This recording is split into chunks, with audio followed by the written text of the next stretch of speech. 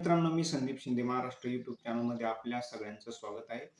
आणि महाराष्ट्रात आणि देशात सध्या कांद्याची काय परिस्थिती आहे आणि येणाऱ्या काळात कांद्याचं काय भविष्य असणार आहे ते आपण बघणार आहोत. येणाऱ्या म्हणजे साधारण 6 महिने किंवा 1 वर्षाच्या अंतराचा आपण पुढचं एक अंदाज किंवा नेमकी परिस्थिती काय असणार आहे ते बघणार आहोत. तर सगळ्यात पहिलं म्हणजे 2024-25 मध्ये म्हणजे गेल्या आर्थिक वर्षात भारतात जवळ-जवळ 2.5 लाख हेक्टरवर कांदा पिकाचं उत्पादन घेतलं गेलं होतं आणि शेतकऱ्याला सरासरी भाव मिळालेला होता 700 ते 1600 रुपये प्रति क्विंटल. म्हणजे हा भाव शेतकऱ्याला योग्य भाव होता का? तर अजिबात योग्य नव्हता. सरासरी शेतकऱ्याला 2000 पेक्षा जास्त प्रति क्विंटलला भाव मिळाला तरच तो योग्य भाव म्हणून संबोधला जाऊ शकतो. शेतकरी संघटना आहे किंवा शेतकऱ्यांचे जे काही वेगवेगळे ग्रुप आहेत, राज्य कांदा उत्पादक संघटना आहे, यांच्या म्हणण्यानुसार शेतकऱ्यांना आजच्या परिस्थितीत 3000 रुपये प्रति क्विंटल इतका भाव मिळाला पाहिजे. परंतु आपण बघितलं की ह्या वर्षात आपल्याला फक्त 700 ते 1600 रुपये प्रति क्विंटल म्हणजे अर्धाच भाव मिळालेला आहे. म्हणजे थोडक्यात सांगायचं म्हणजे आपण फुकट कांदे विकलेले आहे, लोकांना फुकट खाऊ घातलेले आहे असं म्हटलं तर काही वावगं ठरणार नाही. कारण शेतकऱ्यांना ज्या गोष्टी बाजारातून घ्यायच्या असतात, त्यांचे भाव गेल्या 10 वर्षात प्रचंड वाढलेले आणि शेतकऱ्यांना जो माल विकायचा आहे, त्याचे भाव मात्र प्रचंड घसरलेले आहेत. म्हणजे ते निम्म्यावर आलेले. 2014 पूर्वी कांदा सरासरी 2000 पर्यंत विकत होता. तो आज 2000 सुद्धा विकायला तयार नाही 10 वर्षानंतर. म्हणजे अशी एकूण परिस्थिती आहे. आणि याला सर्वस्वी जबाबदार आहे ते केंद्र सरकारचं अवसानघातकी निर्यात धोरण. ज्यावेळेस थोडे सुद्धा भाव वाढायला लागतात म्हणजे साधारण 3000च्या आसपास जातात, तेव्हा केंद्र सरकार लगेच हस्तक्षेप करतं आणि कांद्याचे भाव वाढतात. म्हणजे ही परिस्थिती फक्त कांदा पिकातच आहे का? तर नाही. इतर सर्वच पिकांच्या बाबतीत केंद्र सरकारची हीच परिस्थिती आहे किंवा हेच धोरण आहे, हीच त्यांचं नीती आहे, धोरण आहे किंवा हाच त्यांचा एक अजेंडा आहे. कुठल्याही शेतमालाला भाव मिळू द्यायचे नाही. तर भविष्यातील परिस्थिती काय असणार आहे? तर भविष्यात सुद्धा अशाच प्रकारचे निर्यातीत हस्तक्षेप करून कांद्याचे भाव पाडण्याचं काम हे सरकार करणारच आहे. परिणामी शेतकऱ्यांना योग्य भाव मिळण्याची शक्यता नाही. फक्त भाव कुठल्या परिस्थितीत मिळू शकतात? तर पिकाचं नुकसान, पीक खराब होणं, करप्यासारखं कांद्यावर मोठ्या प्रमाणात रोग येणे, ह्या परिस्थितीतच कांद्याला भाव मिळू शकतात. परंतु तरी सुद्धा वेगवेगळे हातखंडे वापरून व्यापाऱ्यांवर धाडी टाकणे किंवा स्टॉक लिमिट असे वेगवेगळे पर्याय वापरून केंद्र सरकार कांद्याच्या भावाला म्हणजे शेतकऱ्यांना योग्य भाव मिळू नये याच्यासाठी प्रयत्न करणार आहे.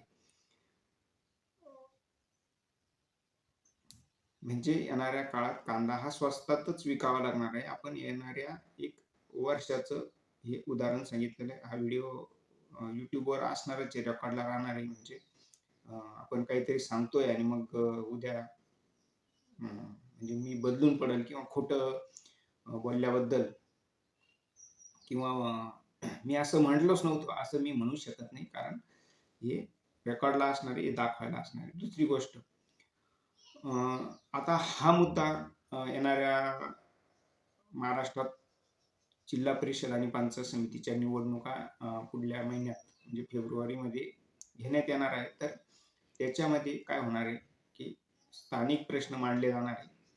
मग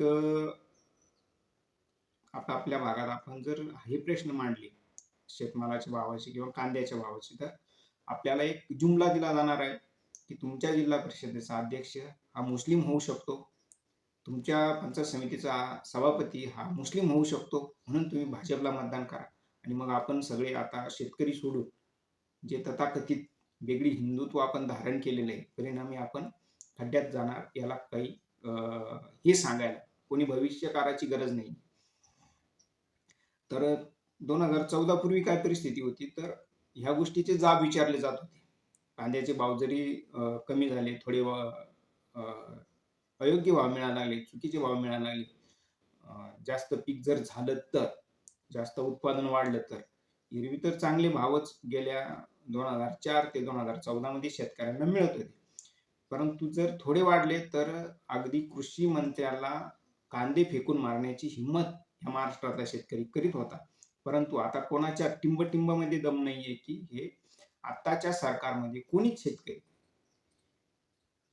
सरकारला किंवा सरकारच्या प्रतिनिधी किंवा जे सरकार सत्तेमध्ये आहे, त्या सरकारचा जो पक्ष आहे, त्या पक्षाला जाब विचारण्याची हिंमत आता कोणामध्येही उरलेली नाही. फक्त काँग्रेसचं सरकार असलं तरच आपण जाब विचारतो. इतर वेळेस मात्र आपण मूग गिळून बसतो, बिळात लपून बसतो, अशी एकूण परिस्थिती आहे. आता गेल्या 1 वर्षापासून साधारण शेतकऱ्यांच्या शेतमालाला किंवा आपण कांद्याचं उदाहरण घेऊ. म्हणजे अ, साधारण एप्रिलपासून कांद्याला भाव नाहीये. मागच्या एप्रिलपासून म्हणजे आज जवळ-जवळ 9-10 महिने होत आलेले. परंतु कोणातही हिंमत नाही. कोणीही सत्ताधारी पक्षाला किंवा सरकारला जाब विचारायला तयार नाही. कारण त्यांना एक चॉकलेट दिलेलं आहे. एक जुमला फेकलेला आहे तोंडावर आणि तो म्हणजे हिंदुत्व. याच्या अगोदर लोक हिंदू नव्हते का? होते. परंतु आता भाजपने किंवा सत्ताधारी पक्षाने या गोष्टीचं राजकारण, धर्माचा उपयोग त्यांच्या सत्तेच्या बळकटीकरणासाठी वापरायला सुरुवात केली. तर आता आपल्याला हे भीती दाखवली जाणार आहे, हे भेव दाखवलं जाणार आहे, की तुमच्या जिल्हा परिषदचा अध्यक्ष हा मुस्लिम होऊ शकतो. म्हणून आपल्याला आता भाजपलाच मतदान करावं लागणार आहे. परिणामी आपण आपलं हिंदुत्व टिकून ठेवू शकतो. म्हणजे भलेही आपण आता महानगरपालिकेत बघितलं असेल, की मुंबईपासून अगदी आपल्या इथल्या नगरपालिकेपर्यंत बरेच म्हणजे जवळ-जवळ 30% उमेदवार हे भाजपमध्ये मुसलमानांचे होते. तरी पण हिंदुत्व खतऱ्यात असा जुमला आपल्याला दिला जाणार आहे. तसंच आता झेडपीमध्ये पण होणार आहे. आणि माझा एक म्हणजे अभ्यासातला विषय तो तो 1985 ते जवळ-जवळ 95 पर्यंत शरद जोशी, उत्तर भारतामध्ये महेंद्रसिंग टिकेत यांनी शेतकऱ्यांची चळवळ इतकी प्रचंड मजबूत केलेली होती. त्यावेळेस शेतकऱ्यांना हाणून पाडण्यासाठी, शेतकऱ्यांचं दुर्लक्ष करण्यासाठी या गोष्टीकडे मंडल आयोगाचं किंवा कमंडल यात्रा भाजपने काढलेली होती.